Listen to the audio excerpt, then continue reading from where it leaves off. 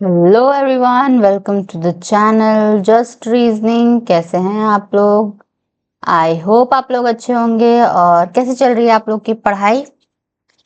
ठीक है, अच्छी चल रही होगी। और आईबीपीएस, आरआरबी पीओ और आरआरबी क्लैरिकल पर फोकस रखिए। और जिनका एसबीआई क्लैरिकल नहीं हो पाया फाइनल रिजल्ट, क्योंकि बहुत लोगों का नहीं हो पाया है, तो उन लोगों को हिम्मत नहीं हारना है। मेंस तक आप लोग आ चुके हैं, यानी कि आप लोग बहुत क्लोज हैं जी। ठीक है, मैं तो यही बोलूंगी कि आप लोग बहुत ज्यादा क्लोज हैं। अगर आप लोग के पास टाइम है, एज है, तो यू मस्ट ट्राई अगेन। फिर से ट्राई करिए और इस बार जो जो चीजें नहीं हो पाई उस पर फोकस करिए। और मेंस को शुरू से लेके चलिए, करंट अफेयर्स को शुरू से लेके चलिए। सबके लिए यही बात है। जिनका फर्स्ट अटेम्प्ट है उन लोगों को भी करंट अफेयर्स की क्लासेस डेली से करनी चाहिए। और मैं बस यही बोलूंगी। और रीजनिंग प्रैक्टिस पर है। अभी तो आप लोग मॉक टेस्ट देंगे, आप लोग को समझ में आएगा ये सब बेसिक्स क्लियर करके। तो आज मैं लेकर आई हूँ ब्लड रिलेशन। ठीक है, और ब्लड रिलेशन का वीडियो बहुत दिन बाद आ रहा है, क्योंकि एक्चुअली मेरा कंटेंट रेडी नहीं था। इसी वजह से थोड़ा सा अभी अभी मैं बहुत कोशिश करूंगी रेगुलर होने की, बट हो जाऊंगी, कोई बात नहीं। इतना तो मुझे करना है। ठीक है, तो चलिए शुरू करते हैं। In a family of 8 member, let's start. मुझे कलर चेंज करने का मन कर रहा है। ये कलर मुझे पसंद आया। इन अ फैमिली ऑफ 8 मेंबर। आप लोग को ये कलर से लिखने पर कोई प्रॉब्लम तो नहीं होता है ना? पेन का कोई कलर प्रॉब्लम हो या फिर मेरा बैकग्राउंड में कोई प्रॉब्लम हो तो आप लोग प्लीज कमेंट कर सकते हैं। ठीक है, in a family of 8 members, एक फैमिली में 8 मेंबर की फैमिली है। There are 3 married couples. 3 married couple है। 3 मैरिड कपल को कैसे डिनोट करते हैं हम लोग? ऐसे, इक्वल टू, इस साइड में हस्बैंड, इस साइड में वाइफ, वाइस वर्सा। ठीक है, 3 मैरिड कपल है भाई, एंड 5 मेल। अब टोटल 8 लोग हैं, 5 मेल है बता दिया गया है। तो फीमेल कितनी होगी? 3 होगी फॉर श्योर। और वो 3 ये सब हस्बैंड वाइफ में होंगे। मैरिड कपल मतलब husband wife, husband wife. 3 married couple मतलब तीनों वाइफ्स होंगी। ठीक है, कोई भी अनमैरिड लेडी नहीं होगी। ठीक है, यहां तक समझ में आया? अब यहां से शुरू करते हैं। इतना छोटा सा क्वेश्चन है, बट देखिए कैसा बनता है। T is the son in law of Y. T is the son in law of Y. Question पढ़ के नहीं समझ में आ रहा है, आगे पढ़ते हैं। T is the son in law of Y. Who who किसके बारे में बात करता है? अपने बगल वाले के बारे में, यानी वाई के बारे में। वाई, हु के बदले वाई बोल दिया करिएगा। ठीक है, हु मतलब वाई। Why has 2 children. तो चलिए, हम लोग को वाई का 2 चिल्ड्रन इतना तो समझ में आ गया कि वाई के 2 बच्चे हैं। एक इधर बना देते हैं, एक इधर। ये जनरेशन चेंज के लिए हम लोग ऐसे जाते हैं ना, 1 जनरेशन, 2 जनरेशन, 3 जनरेशन की बात है ना। In a family there are 3 married couple. Generation के बारे में नहीं बताया गया है, ठीक है, बट बस कपल के बारे में बताया गया है। बट मैं ये बोल रही हूँ, जनरेशन को ऐसे डिनोट किया जाता है। ठीक है, अब जरूरी नहीं है सीधा ही करिए, ऐसे भी कर सकते हैं। मतलब पैरेलल, ऊपर नीचे होना चाहिए, अगल बगल नहीं होना चाहिए। ठीक है, अब देखिए टी, अब देखिए क्या था यहाँ पर? वाई हु हैज 2 चिल्ड्रन, इतना तो समझ में आएगा। अब T is the son in law. Son रहता वाई का तो क्या होता है? यानी कि उसका बेटा है। बट सन इन लॉ है, इन लॉ है। इन लॉ का मतलब क्या हो जाता है कि इसका वाई का दामाद है टी। ठीक है जी, कैसे? सन रहता, अगर टी या तो सन हो सकता है, मेल मेंबर है, सन, सन मतलब टी मेल है। ठीक है, टी मेल है, ना कि वाई। वाई के बारे में कोई अभी तक हम लोग को जेंडर नहीं पता है। ठीक है, T is the son in law, मतलब टी है son in law. Sun in law का मतलब क्या होता है? दामाद। अब दामाद कैसे होता है कि वाई का कोई बेटी होगी, 2 बच्चे हैं ना वाई के, तो एक जरूर से जरूर बेटी होगी, दूसरी का वी डोंट नो। पहले देखते हैं, वाई की कोई बेटी होगी, उसका हस्बैंड होगा। कौन होगा जी? टी। हस्बैंड मतलब प्लस। ठीक है, समझ में आया? ब्लड रिलेशन को थोड़ा ध्यान से बनाना पड़ता है। इतना छोटा सेंटेंस में भी बहुत कंफ्यूजन होता है, लोगों के नहीं बनते हैं। ठीक है, तो इसको हल्के में मत लीजिएगा कि 3 लाइन में हो गया तो ऐसे ही मार्क्स नहीं देता है एग्जाम में। W is the uncle of x, uncle है एक्स का अंकल मतलब एक्स का चचा, चाचा भी हो सकता है, मामा भी हो सकता है, कुछ भी हो सकता है। अंकल में चाचा, मामा, फूफा ये सब कवर अप हो जाते हैं, ठीक है। तो अभी हम लोग को W इज द अंकल कैसे होंगे, मतलब W के कोई पेरेंट्स होंगे, sorry x, W is the uncle है ना, यानी कि W अंकल है एक्स का, यानी एक्स के कोई पेरेंट होंगे, पेरेंट प्लस माइनस, ठीक है। अब उन दोनों में से या तो माइनस साइड में या तो प्लस साइड में, यानी कि या तो पापा के साइड से या फिर मम्मी के साइड से W होगा। तो हम लोग क्या माने, अभी हम लोग नहीं मानते, मान लेते हैं, लेट अस कंसिडर कि इसके पापा के साइड से W है, ठीक है, और W अंकल है, मतलब W मेल मेंबर है। पापा के साइड से मतलब पापा का भाई होगा अंकल, मम्मी का भी भाई को इंग्लिश में अंकल ही बोलते हैं, हिंदी में क्या बोलते हैं, मम्मी के भाई को मामा बोलते हैं, ठीक है। तो अभी तक हम लोग को नहीं पता, W is unmarried, okay, W का कोई शादी नहीं है, बच्चे नहीं है, ठीक है। अनमैरिड है तो शादी नहीं है, अज्यूम करेंगे बच्चे भी नहीं है, ठीक है। U is the mother in law of S, ओहो, U is the mother, U is the mother, mother in law, mother मतलब लेडी, यू लेडी है भाई, मदर इन लॉ है एस की, यानी कि इस एस की मदर इन लॉ, यानी यू का कोई बच्चा है और वो उसका वाइफ या फिर हस्बैंड है एस।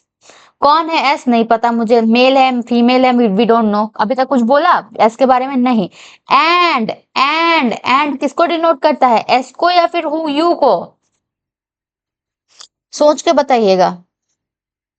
एंड एस को डिनोट करता है या फिर यू को, एंड हमेशा सब्जेक्ट को लेता है, सब्जेक्ट, इस सेंटेंस का सब्जेक्ट यू के बारे में बात करेगा कि यू, एंड मतलब यू, एस नहीं, हु रहता है तब अपने बगल वाले को लेता है, बट एंड और बट रहता है तो वो सेंटेंस का सब्जेक्ट को लेता है, ठीक है। ये मैं हर बार बताती हूँ, हर बार, ताकि आप लोग के दिमाग में बैठ जाए, बिल्कुल भी बैठ जाए, ताकि आप लोग को इतना ज्यादा मतलब ये ब्रेन में कभी कोई कंफ्यूजन ही ना हो, ठीक है, एंड और बट से, क्योंकि इंग्लिश में प्रॉब्लम होता है तो यही प्रॉब्लम होता है, इंग्लिश को भी इससे मजबूत आपको समझ में आता होगा, इंग्लिश में भी, ठीक है। तो ये क्या था, एंड मतलब U is married to V, U is married to V से मैरिड, अब मैरिड है ये लेडी है तो ये मेल ही होगा, ऑब्वियो, यानी कि एक दो तीन, अभी इसको कैसे कनेक्ट करने का कुछ दिख रहा है, मुझे तो अभी नहीं दिख रहा। चलिए आगे का देखते हैं कुछ है कि नहीं। Z is the mother of W, W की मम्मी कौन है, जेड, डब्लू की मम्मी कौन है जी, जेड। ये थोड़ा सा फीका फीका कलर लग रहा है ना, मैं थोड़ा रेड ले लेती हूँ, थोड़ा सा आंखों पर लगेगा, ठीक है। 5 male member 3 female 3 married couple, ये सब मैंने कर दिया है, कभी यहीं पर चलते हैं, ठीक है। 5 मेल 3 फीमेल, अच्छा। अब देखिए डब्लू के कौन है, डब्लू की मदर है जेड, ठीक है। अब ये सब तीनों डायग्राम को हम लोग को कनेक्ट करना होगा, कैसे कनेक्ट कर सकते हैं, कैसे कनेक्ट कर सकते हैं, यहाँ पर ये जो आदमी है उसके मम्मी पापा दोनों दिए हुए हैं, तो ये जगह पर तो इस आदमी को नहीं पुट किया जा सकता है, लेकिन इस लेडी को तो पुट किया जा सकता है यहाँ पर, क्योंकि इसके इन लॉज है ये दोनों ना, इसके जो हस्बैंड या फिर वाइफ है, इसका जेंडर हम लोग को नहीं पता, लेकिन इसके जो हस्बैंड है या वाइफ है उसी के इन लॉज है, मतलब उसी के मम्मी पापा है।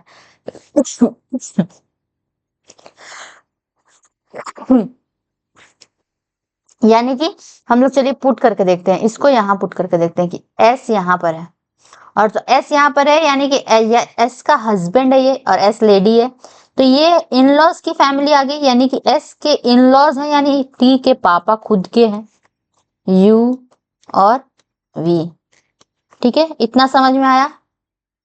अब देखते हैं क्या बात है, अब देखते हैं कि 3 मैरिड कपल है, एक दो हो गए, ये एक मैरिड वाले, ये यही पर बचे हुए हैं, यही होंगे मैरिड कपल, इतना तो हमको समझ में आ गया है।